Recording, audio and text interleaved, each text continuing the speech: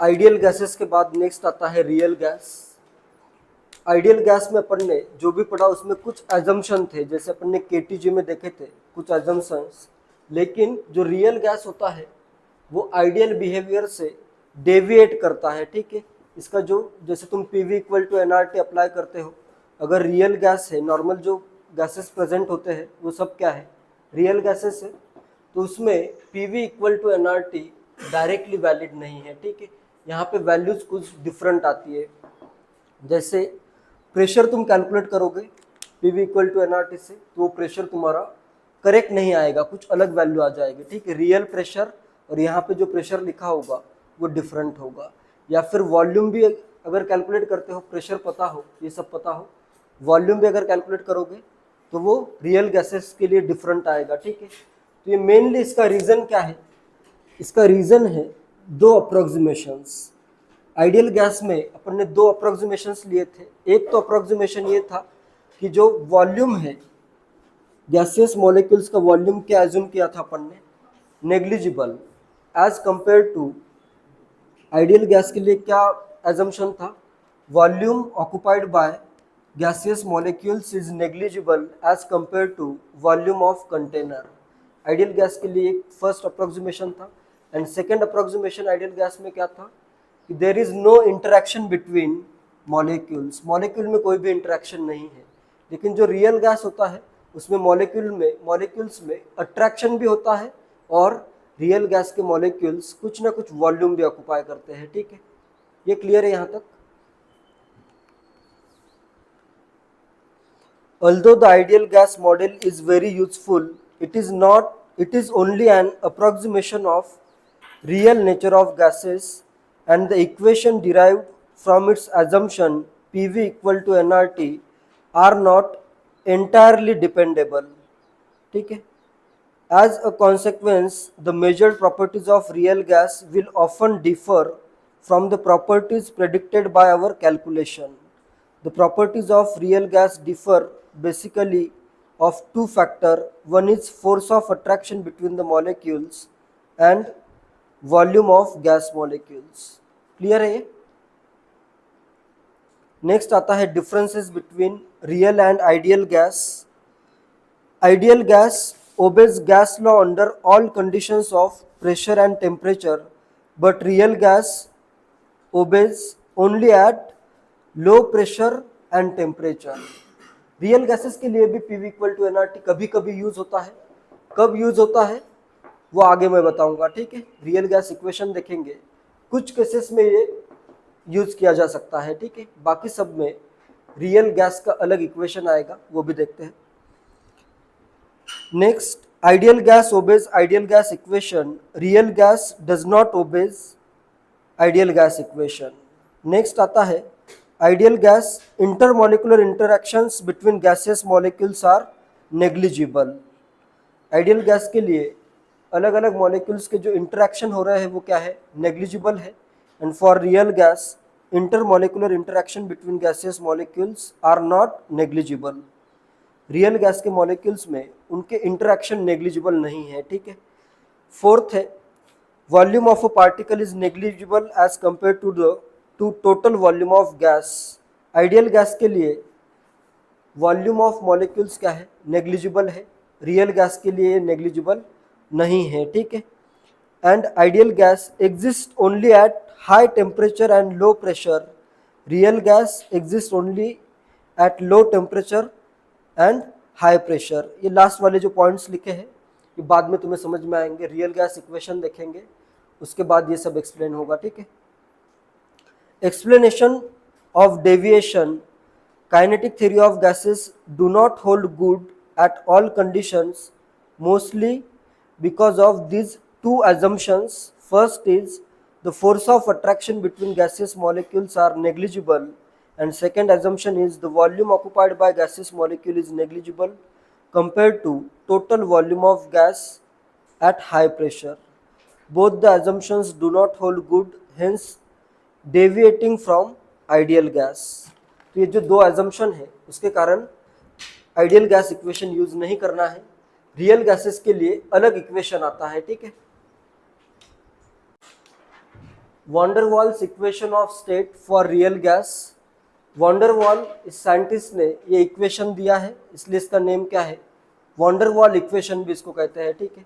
तो इसमें for n mole of gas, अगर मेरे पास n मोल गैस है तो उसके लिए, रियल गैस के लिए इक्वेशन आता है P plus A N square by V square into V minus N B is equal to N R T.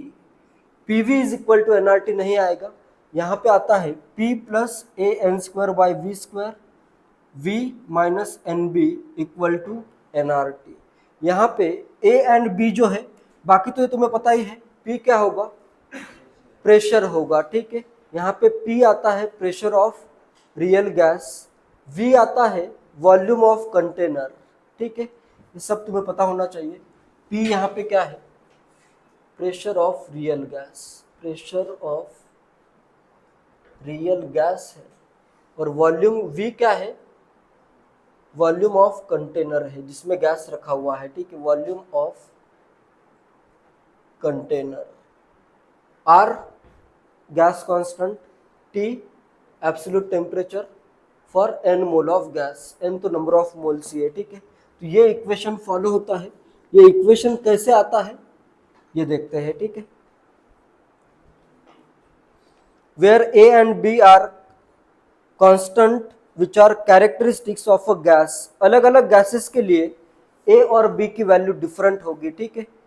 वो गैस की कैरेक्टरिस्टिक होगी, अलग अलग गैस होगा तो उसके लिए कुछ A की वैल्यू होगी, कुछ B की वैल्यू होगी। A और B की वैल्यू कैसे आती है, उसका सिग्निफिकेंस क्या है, वो सब देखते हैं, ठीक है। इसमें भी दो करेक्शन आते हैं। नॉर्मल अपना इक्वेशन क्या है, आइडियल गैस का इक्वेशन है P V is equal to N R T, ठीक है। ये आइडियल गैस के लिए है। तो इसमें सबसे पहले आता है वॉल्यूम करेक्शन। वॉल्यूम में करेक्शन आ रहा है, वॉल्यूम देखो, अगर गैसेस मूव हो रहे हैं, गैस मॉलिक्यूल्स का कुछ वॉल्यूम होगा, तो जो गैस मॉलिक्यूल्स को मूव होने के लिए वॉल्यूम मिल रहा है वो क्या होगा, नॉर्मल वॉल्यूम से, कंटेनर के वॉल्यूम से कम होगा। तो मुझे क्या करना पड़ेगा, कुछ वॉल्यूम जो ये मॉलिक्यूल्स वॉल्यूम ऑक्यूपाई कर रहे हैं वो क्या करना पड़ेगा, रिमूव करना पड़ेगा, तभी मेरे पास वो वॉल्यूम आएगा जो एक्चुअल में गैस को मूव करने के लिए अवेलेबल है, ठीक है। तो यहाँ पे ये जो वॉल्यूम तुम रिमूव कर रहे हो, तो एक मोल गैस के लिए B वॉल्यूम रिमूव होता है, ठीक है। एक मोल अगर गैस है, volume excluded for 1 mole of gas is equal to कितना आएगा, B आएगा, ठीक है। Volume excluded for 1 mole of gas, 1 mole of real gas, कितना वॉल्यूम एक्सक्लूड करना पड़ेगा, यही होता है B। एक मोल के लिए अगर B वॉल्यूम एक्सक्लूड हुआ तो n मोल के लिए कितना होगा, NB वॉल्यूम। तो यहाँ पे ये टोटल वॉल्यूम, कंटेनर के वॉल्यूम से मैंने क्या कर दिया, NB वॉल्यूम रिमूव कर दिया, ठीक है। तो ये जो वॉल्यूम आ रहा है इतना V माइनस NB, ये क्या होगा, available volume for movement of gas molecules. तो ये एक्चुअल वॉल्यूम अवेलेबल होगा, ठीक है।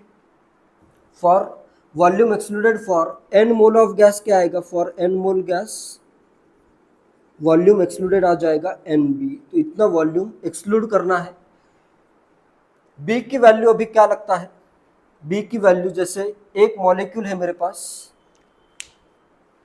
B की वैल्यू कितनी होगी, अगर मुझे रेडियस पता है, एक मॉलिक्यूल की रेडियस अगर r है तो B की वैल्यू कितनी होगी बताओ।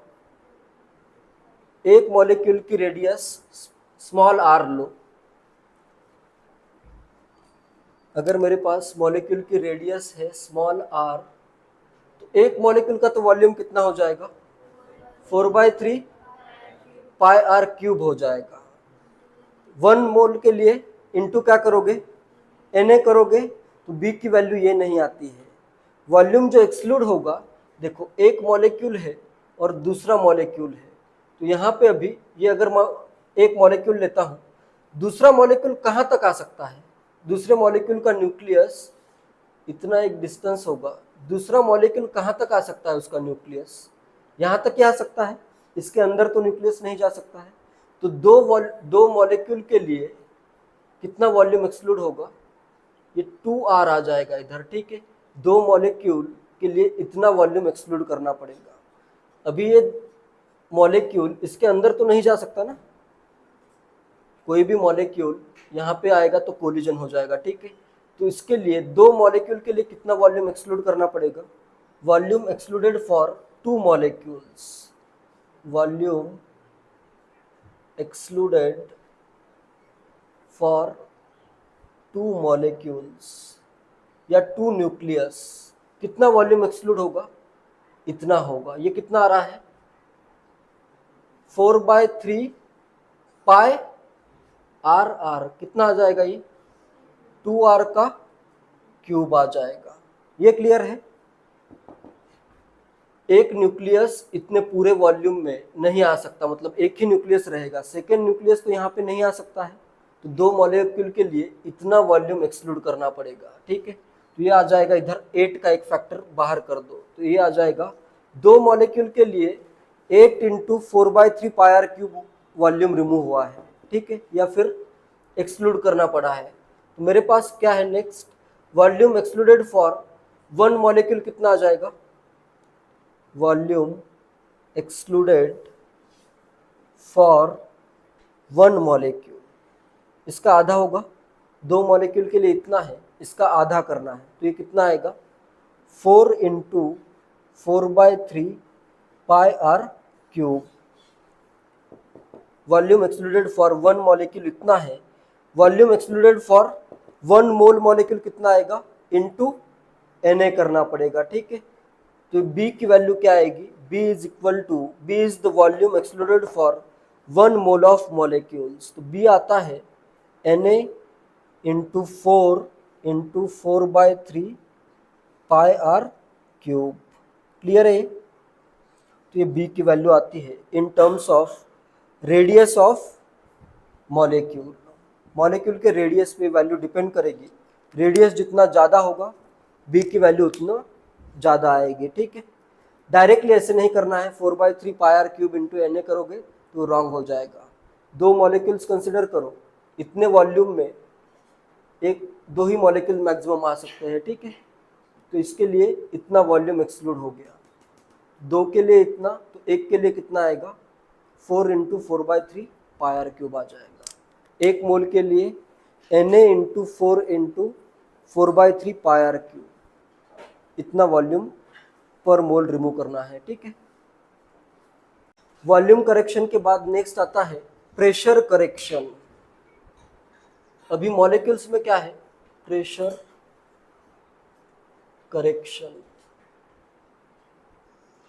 आइडियल गैस के मॉलिक्यूल्स में कोई अट्रैक्शन नहीं है, लेकिन रियल गैस के मॉलिक्यूल्स में क्या है, अट्रैक्शन होगा।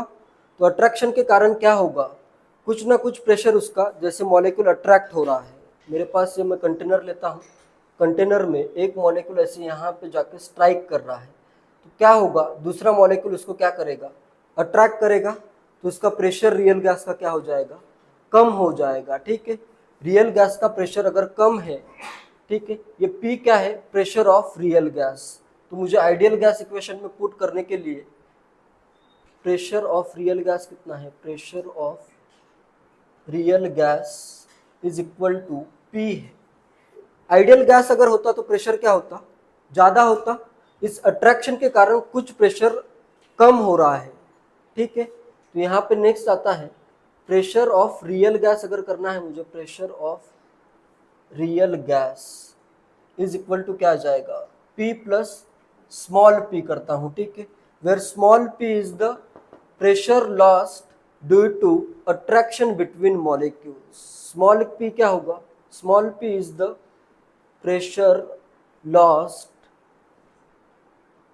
Due to attraction between molecules, attraction between molecules. Molecules में कुछ अट्रैक्शन है, इसलिए क्या हो गया, इस रियल गैस का प्रेशर P कम आ रहा है, ठीक है। ये ideal gas, pressure of ideal gas, ये पुट करना है अपने को इक्वेशन में, ठीक है।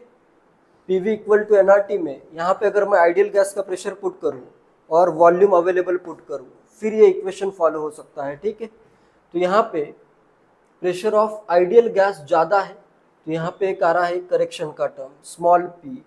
ये स्मॉल पी क्या है, इनके बीच में जो अट्रैक्शन है उससे जो प्रेशर कम हो गया है वही क्या है, स्मॉल पी है।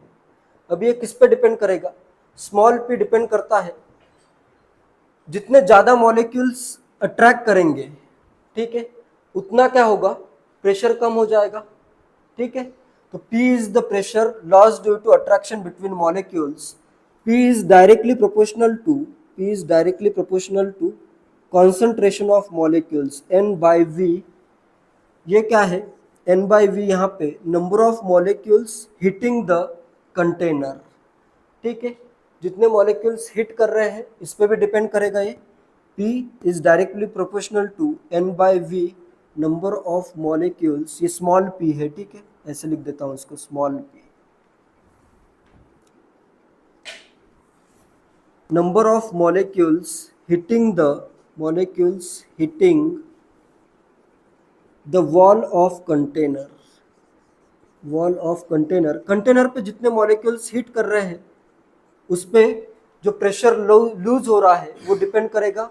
एंड सेकेंड, ये इस पे भी डिपेंड करेगा कि कितने मॉलिक्यूल्स इसको अट्रैक्ट कर रहे हैं। यहाँ पे और भी मॉलिक्यूल्स होंगे जो इसको क्या करेंगे, अट्रैक्ट करेंगे। तो अट्रैक्ट करने वाले मॉलिक्यूल भी अगर ज़्यादा है तो प्रेशर क्या हो जाएगा, कम हो जाएगा। तो ये नेक्स्ट आता है P is proportional to N by V, where ये क्या है अभी, number of molecules attracting this molecules, जो हिट कर रहे हैं उनको अट्रैक्ट करने वाले मॉलिक्यूल है, नंबर ऑफ मॉलिक्यूल्स अट्रैक्टिंग ये वाले molecules hitting the wall of container, attracting above molecules कर देता हूँ, ठीक है, अबव मॉलिक्यूल्स। तो ये जो करेक्शन का टर्म आता है प्रेशर का, it is directly proportional to, इसका मल्टीप्लिकेशन करना है n square by v square. Pressure correction is directly proportional to n square by v square, और pressure loss due to attraction between molecules is directly proportional to n square by v square. तो यहाँ पे एक constant आ जाता है P is equal to a n square by v square. Attraction अगर ज़्यादा है तो ज़्यादा प्रेशर लूज होगा, ये क्लियर है। तो ये A जो है, A कांस्टेंट डिपेंड करता है मॉलिक्यूल्स में कितना अट्रैक्शन है। Greater the value of A higher will be the attraction between molecules, ठीक है। A जितना ज़्यादा होगा मॉलिक्यूल्स में अट्रैक्शन उतना ज़्यादा होगा। Greater the value of A higher will be the attraction between molecules, attraction between molecules. तो अपने को क्या करना पड़ेगा, आइडियल गैस के लिए प्रेशर अगर फाइंड करना है तो इस रियल गैस के प्रेशर में ये टर्म ऐड करनी पड़ेगी। This is the pressure loss due to attraction. तो रियल गैस का प्रेशर कम आता है, आइडियल गैस का प्रेशर ज़्यादा आता है। रीज़न क्या है कि रियल गैस के मॉलिक्यूल एक दूसरे को अट्रैक्ट करते हैं, जो भी ऐसे कंटेनर के वॉल को हिट कर रहा है उसको ये मॉलिक्यूल अट्रैक्ट करेगा। तो ये डिपेंड करता है कितने मॉलिक्यूल हिट कर रहे हैं एंड कितने मॉलिक्यूल अट्रैक्ट कर रहे हैं, दोनों के प्रोडक्ट पे। तो n बाई वी दो टाइम्स, तो ये आ जाएगा n square by V square. फिर यहाँ पे इक्वालिटी के लिए proportionality is converted into equality using a constant a। a depend करता है कितना ज़्यादा अट्रैक्शन है। Greater the attraction between molecules higher will be the value of a। Clear है। यहाँ पे number of molecules hitting the wall of container से ज़्यादा बेटर है concentration of molecules hitting the, यहाँ पे आएगा कॉन्सेंट्रेशन और इधर भी आएगा concentration of molecules attracting above molecules. Concentration आएगा ना, number of moles upon volume, concentration, ठीक है।